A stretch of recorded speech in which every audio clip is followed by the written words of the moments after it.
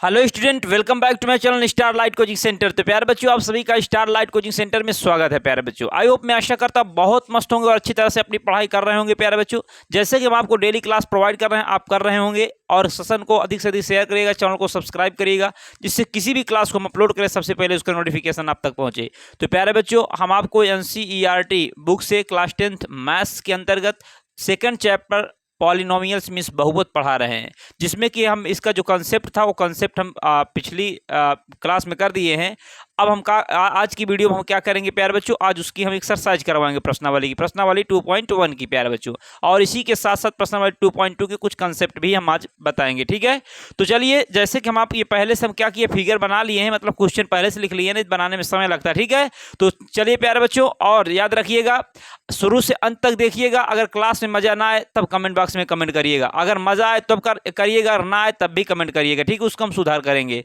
तो चलिए प्यारे बच्चों, और याद रखिएगा, फ्री ऑफ कॉस्ट हम पूरे वर्ष आपकी लास्ट तक प्रिपरेशन करवाएंगे। ठीक है, लास्ट तक तैयारी करवाएंगे, 1 शॉर्ट क्लास देंगे आपको। ठीक है, और अंतिम श्रृंखला, अंतिम प्रहार जो भी होगा हम सब कुछ आपको देंगे। बस हमारे चैनल में आपको शुरू से अंत तक बने रहना और अच्छी तरह से आपको पढ़ाई करना है। ठीक है, तो चलिए प्यारे बच्चों, देरी ना करते हुए इस क्वेश्चन को हम सॉल्व करेंगे। हाँ, तो देखिए प्यारे बच्चों, हमने आपको जब क्लास फिनिश हुई थी इसकी पहली वाली, उसमें हमने आपको एक फार्मूला लिखवाया था कि किसी बहुपद में शून्यकों की जो संख्या होती है वो बहुपद के ग्राफ का एक्स अक्ष के साथ प्रतिच्छेदनों की संख्या के बराबर होती है। ठीक है, बहुपद में जो शून्य, यदि कोई बहुपद है, बहुपद क्या होता है, सब बहुपद क्या होता है, चर क्या होता है, चर क्या होता है, व्यंजक क्या होता है, सभी के विषय में हम डिस्कस पिछली क्लास में कर चुके हैं। ठीक है, और हम आपको ये बताना चाह रहे हैं, क्या बताना चाह रहे हैं कि यदि कोई बहुपद है, उस बहुपद के यदि हमारा ग्राफ बना हुआ हो, क्या बना हुआ हो भैया, ये बहुपद हमारा कोई था, मान लो हमारा कोई बहुपद था, उसका ये क्या है, ग्राफ बना हुआ है। ये भी क्या बना है, ग्राफ बना है। ये भी क्या है, ग्राफ बना हुआ है। और ये भी क्या है, ग्राफ बना हुआ, और ये भी क्या है, ग्राफ है।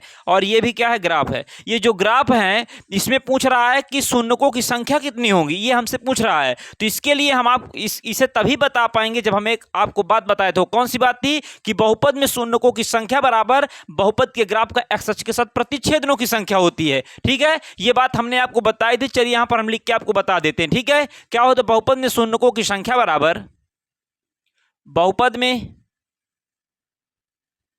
में शून्यकों की संख्या बराबर बहुपद में शून्यकों की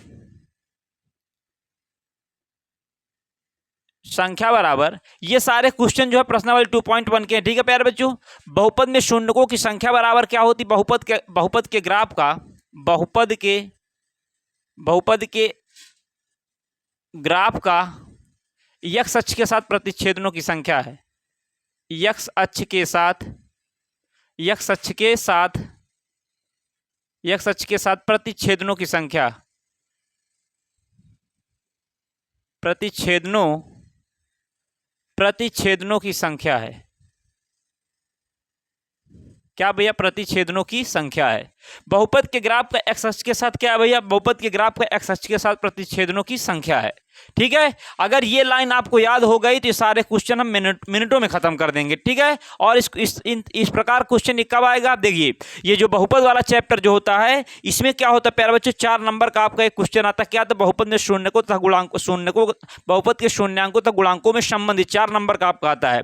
और ये जो क्वेश्चन है बहुविकल्पी में, चूंकि आपके क्लास 10th के मैथ्स के अंतर्गत 20 अंक के बहुविकल्पी आते हैं। ठीक है, तो बहुविकल्पी में अगर कोई भी एक ग्राफ बनाकर इस तरह दे दिया, अगर आप नहीं पढ़े हुए तो आप नहीं कर पाएंगे। ठीक है, तो इसलिए ये जो होगा बहुविकल्पी के लिए इस प्रकार क्वेश्चन कोई बन सकता है। इसमें यही पूछ रहा है कि बहुपद के ये ग्राफ बने हुए हैं, ये क्या है, ग्राफ है। इसमें क्या बताना है, शून्यकों की संख्या बताना है। बहुपद के ग्राफ में, बहुपद का यह क्या है, ये सब ग्राफ बने हुए, इसमें शून्यकों की संख्या बताना। तो क्या होता है, बहुपद में शून्यकों की संख्या के बराबर क्या होती है, बहुपद के ग्राफ का एक्स अक्ष के साथ प्रतिच्छेदनों की संख्या होती है। मतलब बहुपद का ये ग्राफ है, और एक्स अक्ष कौन सा होता है भैया, ये जो होता है, ये एक्स अक्ष होता है, और ये वाई अक्ष होता है। ओके, आप पढ़े हैं, क्या पढ़े हैं, और पहले पढ़े होंगे या ना, पिछली कक्षा में क्लास 9th में, यदि ना पढ़े हो तो हम बता देते हैं। ये प्रथम चतुर्थांश होता है, ये सेकंड चतुर्थांश, द्वितीय चतुर्थांश, ये तृतीय चतुर्थांश, ये और चतुर्थांश होता है। प्रथम चतुर्थांश में क्या होता है, प्लस प्लस चिन्ह होता है। और द्वितीय में क्या होता है भैया,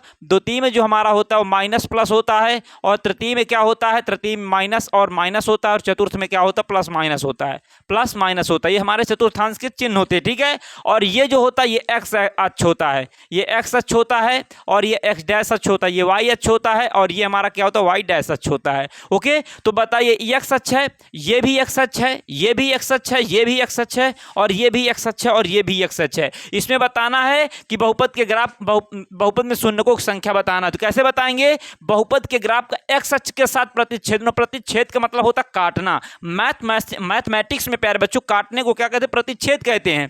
तो यहां पर एक्स अक्ष को कहां कहां ग्राफ काटा है, जितने जगह काटा होगा उसके उतने शून्यक होंगे, अगर ना काटा होगा तो 0 शून्यक होंगे। बात समझ में आ रही है। तो चलिए प्यारे बच्चों, तो देखते हैं, बताइए जो बहुपद के जो ग्राफ बना हुआ है ये एक्स अक्ष को कहीं पर काटा है, नहीं काटा है। तो लिखेंगे आता है बहुपद में शून्यकों की संख्या, तो बहुपद में शून्यकों की संख्या, शून्यकों की संख्या बराबर क्या होगी, शून्यकों की संख्या बराबर कितनी होगी, 0। ये हमारा क्या होगा भैया, ये हमारा आंसर हो जाएगा।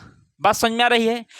शून्यकों की संख्या कितनी हो जाएगी, 0 हो जाएगी। अब इसको देखिए एक्स अक्ष पर कहाँ काटा, ये काटा है, कितनी जगह काटा, एक्स अक्ष को सिर्फ देखना है, एक्स अक्ष को ये एक जगह काटा है, तो क्या हो जाएगी, शून्यकों की संख्या बराबर, शून्यकों की संख्या बराबर, शून्यकों की संख्या बराबर कितनी हो जाएगी भैया, 1 हो जाएगी। तो हमारा ये क्या हो जाएगा, आंसर हो जाएगा। ये हमारा क्या होगा, ये हमारा आंसर हो जाएगा।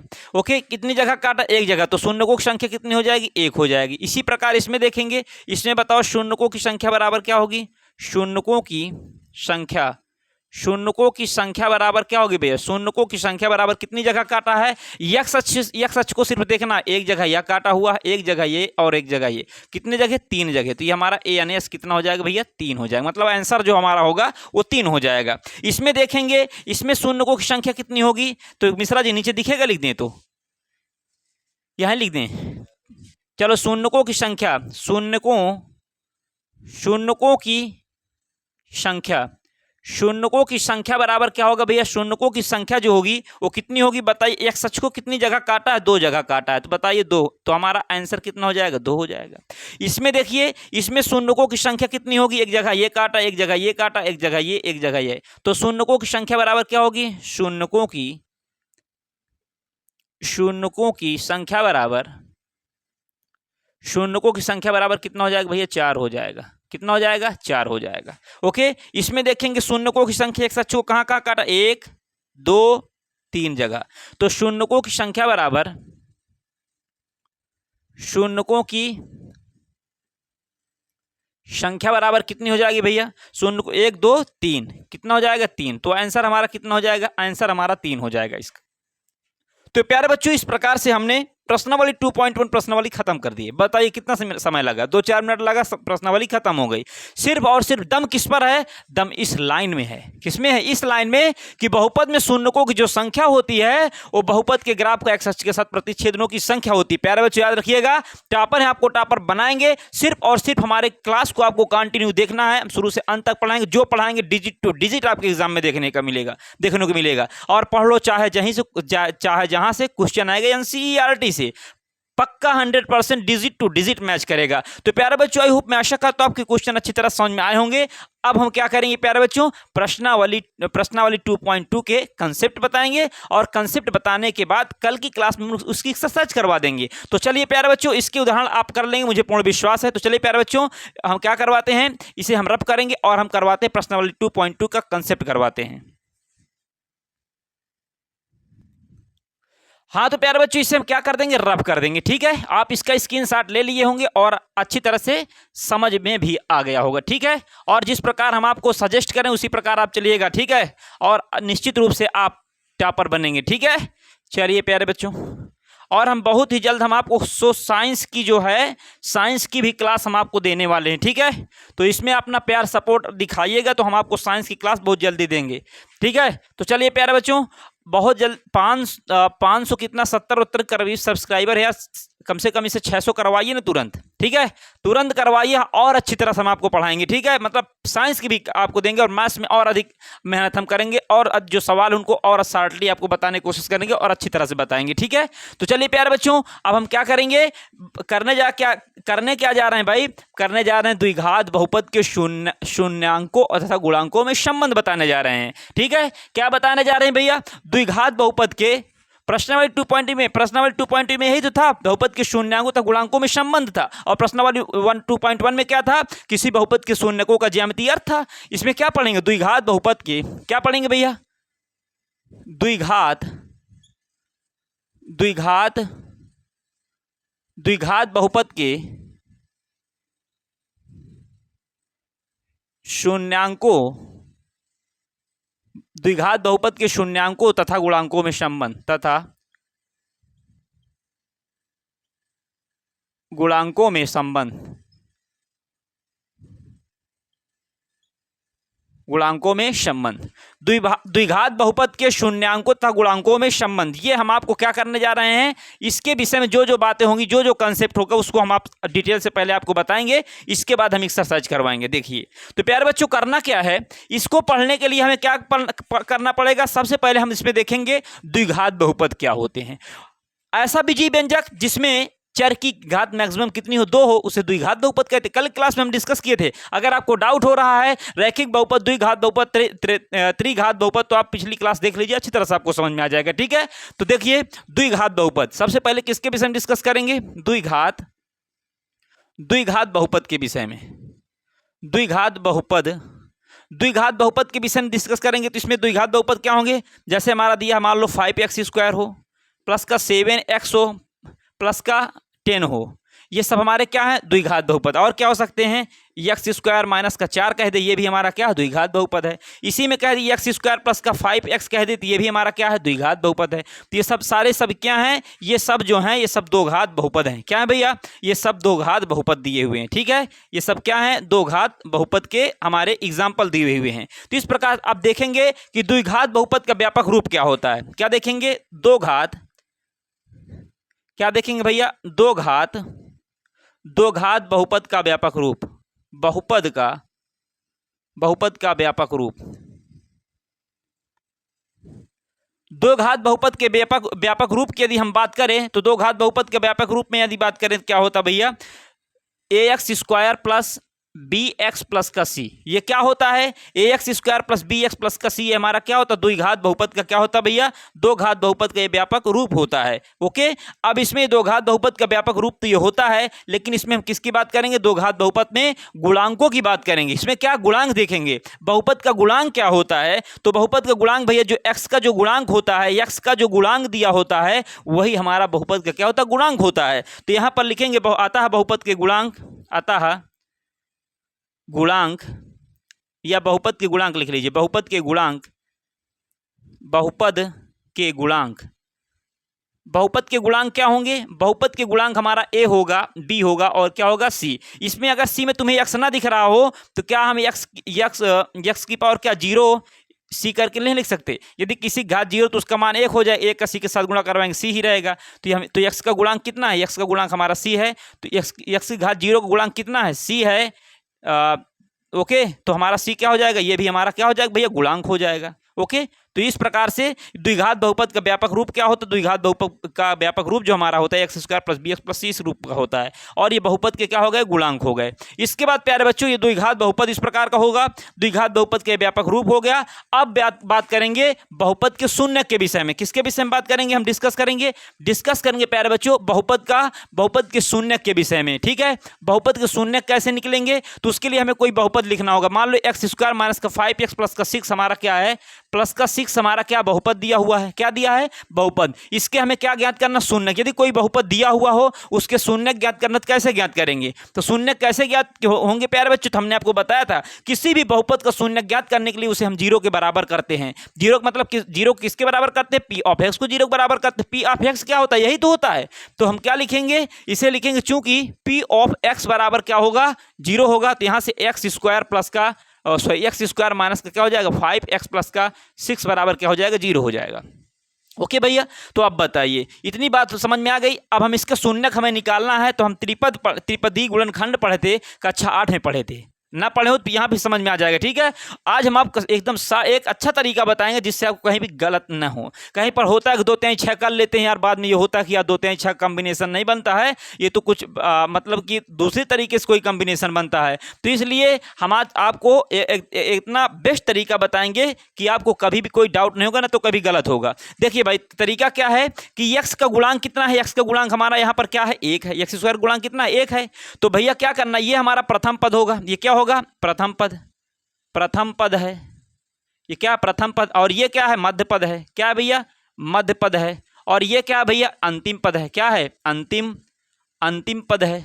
बात समझ में आ रही है, ये क्या है, अंतिम पद है।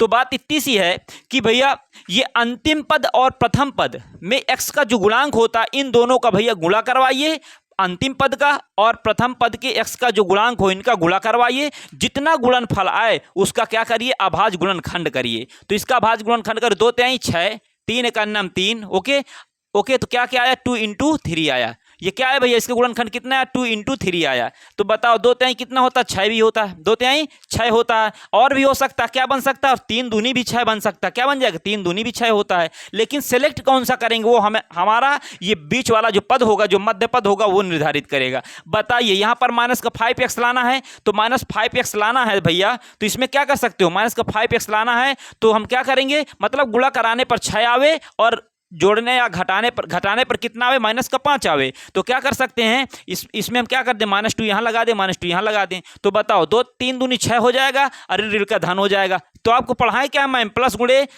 प्लस बराबर क्या होता है, प्लस गुणे प्लस बराबर प्लस होता है। माइनस गुणे माइनस बराबर क्या होता है, प्लस होता है। प्लस गुणे माइनस बराबर क्या होता है, माइनस होता है। और माइनस गुणे प्लस बराबर भैया क्या होता है, ये हमारा क्या होता है, माइनस होता है। ये पढ़े हो ना, तो बताइए यहाँ माइनस माइनस क्या हो जाएगा, प्लस हो जाएगा। और यदि यहाँ भी करेंगे तब भी हमारा क्या हो जाएगा, प्लस ही हो जाएगा। तो दोनों इसमें सही होंगे, इसके लिए दोनों सही होंगे, चाहे इसे लिखें चाहे इसे लिखें। लिखेंगे क्या, घटाने पर कितना आना चाहिए, -5 आना चाहिए, और गुणा कराने पर 6 आना चाहिए। तो बताओ 2 3 6 हो गया।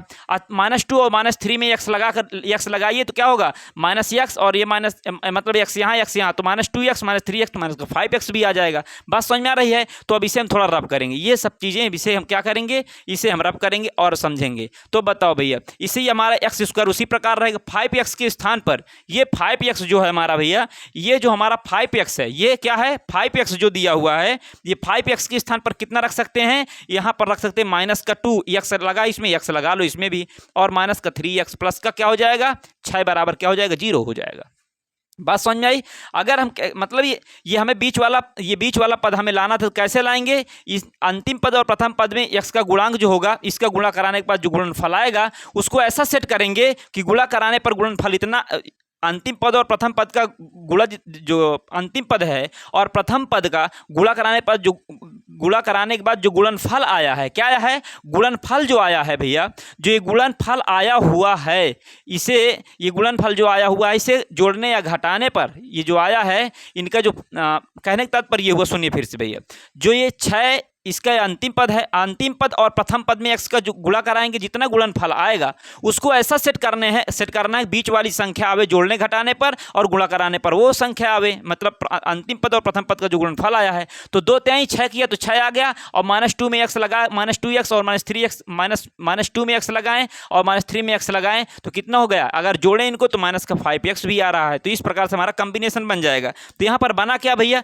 यहाँ पर ये दोनों बन गए। अब देखो यहाँ पर इस कॉमन क्या दिख रहा है, यहाँ पर x दिख रहा है, और एक x से निकला तो एक x बचेगा, इसमें x निकला 2 बचेगा, इसमें से -3 कॉमन ले लेंगे तो इसमें क्या बचेगा, x बचेगा, और माइनस प्लस का माइनस हो जाएगा, 3 दूनी 6 हो जाएगा, बराबर 0 हो जाएगा। अब देखो इन दोनों में कुछ कॉमन दिख रहा है क्या, बिल्कुल दिख रहा है सर, x -2 कॉमन हो जाएगा। अब ये x -2 इसमें से निकाला, बचा कितना, x माइनस का क्या बचा, ये 3 बचा, बराबर कितना हो जाएगा, 0। अब ये बताओ, हम बहुपद के शून्य का निकाल रहे हैं, तो ये दोनों 0 के बराबर हैं, तो क्या हम इनको अलग अलग 0 के बराबर नहीं कर सकते क्या, बिल्कुल कर सकते हैं सर। तो कर सकते तो कर दीजिए ना, क्यों देरी कर रहे हैं भाई, कर दिए। तो बताओ x -2 बराबर 0, तो x बराबर कितना आ गया, 2 आ गया भैया। इसी प्रकार x -3 बराबर क्या हो जाएगा, 0, तो तो x बराबर कितना आ जाएगा, प्लस का 3 आ जाएगा। ओके, तो ये जो x के दो मान आते हैं इसी में एक का नाम अल्फा रख देते हैं और एक का नाम भैया क्या रख देते हैं, बीटा रख देते हैं। बस बात इतनी सी है। ओके, इस प्रकार से जो x के दो जो मान आते हैं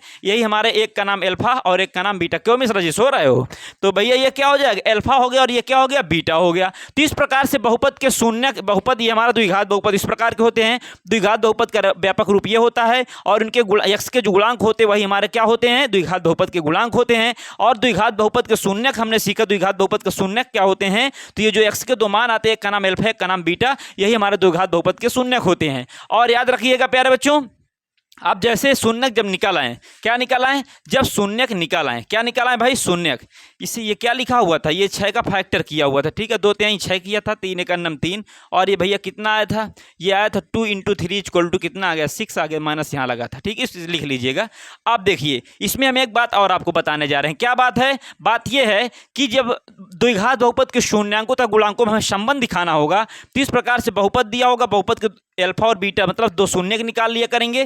फिर इसके बाद मूलों का एक बार योगफल लगा देना, उसे सिद्ध कर देना, मतलब दोनों पक्ष बराबर दिखा देना। एक बार मूलों का गुणनफल करके दोनों को बराबर दिखा देना। इससे हमारा क्या हो जाएगा, इससे हमारा क्या हो जाएगा, संबंध क्या हो जाएगा, सत्यापित हो जाएगा। ठीक है, तो क्या करेंगे, शून्यकों का योग बराबर शून्यकों का योग बराबर माइनस का बी अपान क्या होता है, ए होता है।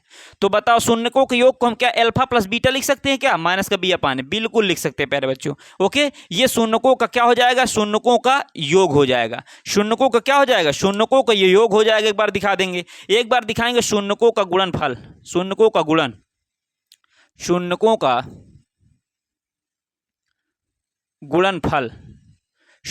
गुणनफल में सी अपान क्या हो जाएगा, ए हो जाएगा। तो क्या हम इसे अल्फा इंटू गुणनफल को अल्फा इंटू बीटा बराबर सी अपान ए कर सकते हैं क्या, बिल्कुल कर देंगे, क्यों नहीं करेंगे भाई वो हिंदी से लिखा हुआ, इसे मैथमेटिक्स में लिख दिए, क्या प्रॉब्लम है। तो इस प्रकार से प्यारे बच्चों हम क्या करेंगे, बहुपद के शून्यकों तो गुणांकों में संबंध को दिखाना है तो सबसे पहले बहुपद दिया होगा, बहुपद के हम क्या करें, शून्य ज्ञात कर लेंगे। एक बार शून्यकों के योगफल को सत्यापित कर देंगे, यहाँ अल्फा का मान, यहाँ पर बीटा का मान, यहाँ गुणांक का मान, दोनों पक्ष बराबर दिखा देंगे। और शून्यकों के गुणनफल में क्या करेंगे, एक बार अल्फा का मान रखेंगे, एक बार बीटा का और एक बार गुणांक का मान रख के दोनों पक्ष बराबर दिखा देंगे। तो इससे क्या हो जाएगा, सत्यापित हो जाएगा। संबंध हमारा जो होगा वो क्या हो जाएगा, एक प्रकार से सत्यापित हो जाएगा। संबंध जो है कि शून्य को बहुपद के शून्यकों तथा गुणांकों में जो संबंध हो क्या हो जाएगा, सत्यापित हो जाएगा। तो प्यारे बच्चों आई होप, मैं आशा करता हूं आपको ये क्वेश्चन जो है अच्छी तरह समझ में आया होगा, आपको कोई भी डाउट नहीं होगा। देखिए यहाँ पर ये जो था ये हमारा क्या था, द्विघात बहुपद की कंडीशन थी। इसके बाद ये द्विघात बहुपद का क्या था, ये द्विघात बहुपद का व्यापक रूप था। और इसके बाद क्या भैया, ये जो था बहुपद द्विघात बहुपद दिया था, इसके हम ये क्या निकाले हैं, ये हमारे शून्यक निकल कर आए हैं। फिर हमने क्या किया, जब शून्यक निकल आए तो लिखेंगे शून्यकों का योग बराबर, ओके, और एक बार शून्यकों का गुणनफल बराबर, ये शून्यकों का योगफल बराबर भी कह सकते हैं, अल्फा प्लस बीटा करके एक बार शून्यकों का योगफल बराबर फार्मूला क्या निकल के यहाँ से आया, अल्फा प्लस बीटा बराबर माइनस का बी अपान ए होता है। और शून्यकों का गुणनफल बराबर क्या होता है भैया, सी अपान ए होता है, अल्फा इंटू बीटा बराबर सी अपान ए। देखिए ये हमारे क्या होते हैं, ये हमारे शून्यक होते हैं चाहे मूल होते हैं। कौन कौन से, एक अल्फा होता है, एक बीटा होता है, एक गामा होता है। ये क्या होते हैं, ये हमारे मूल होते हैं। क्या होते हैं भैया, मूल या फिर क्या होते हैं, शून्यक होते हैं। क्या होते हैं, मूल या शून्यक होते हैं, चाहे मूल कहो चाहे शून्यक। तो प्यारे बच्चों आज की क्लास में बस इतना ही, और कल की क्लास में हम आपको बहुपद के शून्यांकों तथा गुणांकों के बीच में संबंध आपको सिखाएंगे। ठीक है, तो चलिए प्यारे बच्चों मिलते हैं नेक्स्ट वीडियो के साथ और नेक्स्ट क्लास के साथ प्यारे बच्चों। और यह सेशन आपको बहुत अच्छा लगा होगा, बहुत आपको समझ में आया होगा प्यारे बच्चों। और क्लास को अधिक शेयर करिएगा, चैनल को सब्सक्राइब करिएगा, जिससे किसी भी क्लास को हम अपलोड करें सबसे पहले उसको नोटिफिकेशन आप तक पहुंचे प्यारे बच्चों। तो चलिए मिलते हैं नेक्स्ट क्लास के साथ प्यारे बच्चों। Thanks for watching this video, love you, take care, bye bye प्यारे बच्चों।